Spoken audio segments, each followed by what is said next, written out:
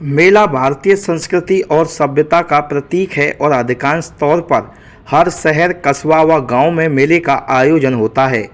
इन मेलों की शुरुआत अपनी संस्कृति के अनुसार कार्यक्रमों से होती है, लेकिन राजस्थान के भरतपुर में मेलों की शुरुआत कुश्ती दंगल से होना एक अनूठी परंपरा है।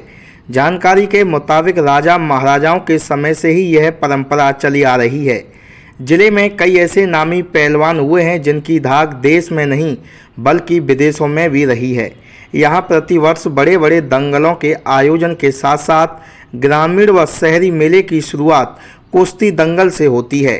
यहाँ देश के विभिन्न प्रांतों से नामी पहलवान दांव पेच दिखाने के लिए आते हैं और जीतने वाले को उचित इनाम भी मिलता है। होली पर्व से यहाँ कुश्ती दंगलों की शुरुआत हो जाती है, जो पूरे वर्ष भर चलती है। ये ऐसा है, भरतपुर राजा महाराजाओं की रियासत रही है और यहाँ पर क्या है कि राजा महाराजा कुश्ती के बड़े शौकीन रहे थे। ये वैसे महाभारत का खेल है, लेकिन हमारी भरतपुर की एक अलग से पहचान है।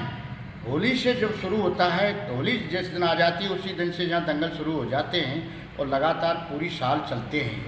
क्यों कि राजे रजवाड़ों में ये मल्ल युद्ध के लिए बहुत शौक़ था पहले से, और हमने तो जब से अपनी याद संभाली है तब से इनको भरतपुर में कुश्ती दंगलों को शुरू देखा है। जब से ही साल शुरू हुई, होली शुरू जब से शुरू हो जाते हैं। और हमने ये भी सुना है कि राजा महाराजा इतने शौकीन थे कि अपने पहलवानों को अलग रखते थे, अलग उनका खाना पीना, उनके घी में ही पूरे खाने बनते थे। और महाराजा विजय सिंह तो इतने तक शौकीन थे कि जिस पहलवान को वो अपने महल में या अपने अखाड़े में, महाराज के अखाड़े, आपने देखा होगा कि डीग के भवनों में भी अलग अखाड़ा बना हुआ है। क्यों? डीग राजधानी रही है भरतपुर की।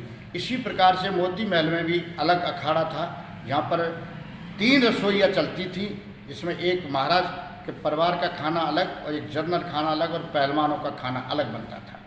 वहाँ की परंपरा रही है, पहलवानों को घी, दूध, बादाम ऐसे नहीं बोरियों में और पीपों में रहा करते थे। और ये चैलेंज की कुश्तियों के लिए महाराज अपने पहलवान लड़ाया करते थे।